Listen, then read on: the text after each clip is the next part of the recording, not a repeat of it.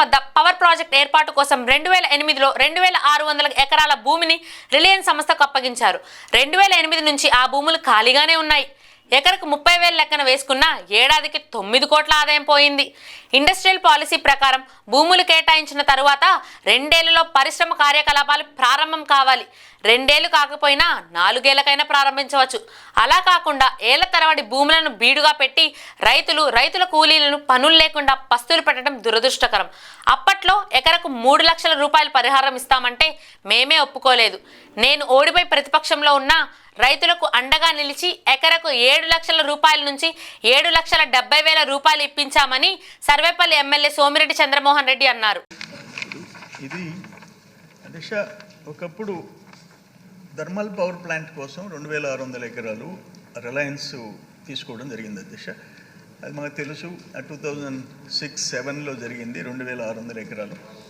అంటే ఇప్పుడు నేను అనేది ఏంటంటే ఇంచుమించు 18-19 సంవత్సరాలు అక్కడ ఆ పొలం ఖాళీగా ఉండిపోయింది.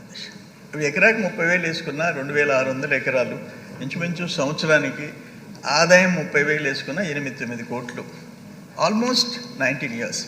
నేనేమంటానంటే మన ఇండస్ట్రియల్ పాలసీ 2 ఏళ్ల లోపల పరిశ్రమకు భూమి కేటాయిస్తే దాంట్లో పరిశ్రమ ప్రారంభం కావాలా, వాళ్ళు ఎంత పెద్దోడైనా కాదు. 3rd year are 4th year అటు కాకుండా ఇన్ని సంవత్సరాలు భూమిని పెట్టుకొని అక్కడ రైతు కూలీలు కడుపులు మార్చుకుంటూ ఉండటం. అప్పుడు కూడా అధ్యక్ష 3 లక్షల ఎకరాకేనంటే అటు పోర్టుకు కానివ్వండి, జెన్కోకి కానివ్వండి, రిలయన్స్కి కానివ్వండి ఆల్మోస్ట్ 7,000 ఎకరాలు.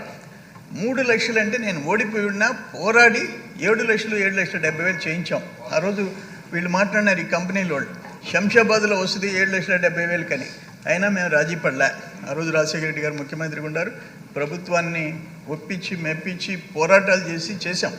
నేనేమంటానంటే ఇప్పుడు కూడా వీళ్ళు ఏమంటారు, 20 gigawatts wafer, 10 gigawatts cell, 5 gigawatts module in faces. తర్వాత బ్యాటరీ రిక్వైర్మెంట్ దానికి వచ్చేసి బ్యాటరీ మ్యానుఫ్యాక్చరింగ్ 15 gigawatts. వీటికి వాళ్ళు 20,000 కోట్లు పెట్టుబడి పెడతాం అంటున్నారు అధ్యక్ష. బై 2029 2029కి ఒక దాంట్లో 11,000 కోట్లు, ఒక దాంట్లో 9,000 కోట్లు. నేను కాదంటంలే. వీళ్ళు రిక్వైర్మెంట్ ఏంటంటే 2,600 ఎకరాలు ఉంది కాబట్టి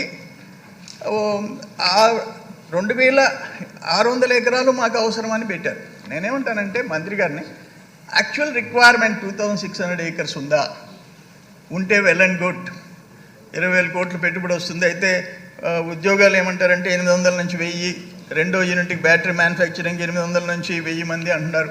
దాంట్లో కూడా నేనేమంటానంటే స్కిల్స్, వాళ్ళకి కావాల్సిన స్కిల్స్ ఆంధ్రప్రదేశ్లో ఉన్నాయి. ఇతర దేశాల నుంచో రాష్ట్రాల నుంచో కాకుండా top priority should be given to local అనేది నేను అక్కడ చూస్తున్న పరిస్థితులు, ఆ పోర్ట్ ఏరియా ఇవన్నీ నేను చూస్తున్నా అధ్యక్ష. ఇంకొకటి ఏంటంటే నేను ప్రభుత్వానికి ఈ రోజుకి కిసాన్ ఎస్సీజెడ్ ఎన్నేళ్ళు అయిపోయింది. స్వర్గీయ వెల్లకూరు రామచంద్రారెడ్డి, పివి నరసింహారావు గారు ప్రధానమంత్రిగా ఉన్నప్పుడు అదొక 2,700 acres. అదంతా డెల్టా ఏరియా, సోమశిల పెన్న డెల్టా ఏరియా. ఇప్పుడు కృష్ణపట్నం ఎస్సీజెడ్ అరౌండ్ 7,000 acres, మ్యాన్పూర్ ఎస్సీజెడ్లో ఇంకా పొలం ఉంది. అందుకని వాటిలో ఎట్లా ఇంట్రెస్ట్, ఇప్పుడు మీరు పాలసీ తెచ్చారు మన ప్రభుత్వం, కూటమి ప్రభుత్వం వచ్చింది, చాలా సంతోషంగా ఉంది. 10 ఎకరాలు క్లస్టర్ ఉన్నా, 100 ఎకరాలు ఉన్నా, 1000 ఎకరాలు ఉన్నా అది ప్రొక్యూర్ చేసి పెట్టి ఇండస్ట్రీస్ పెట్టాలని. నేనేమంటానంటే ఇక్కడ 1,000 ఎకరాలు ఉంది, వాటిని ఎట్లా యూటిలైజ్ చేసుకోవాలా, ఏ విధంగా చేసుకోవాలనేది దాని మీద చర్యలు తీసుకోవాలని చెప్పేసి నేను కోరుకుంటున్నా.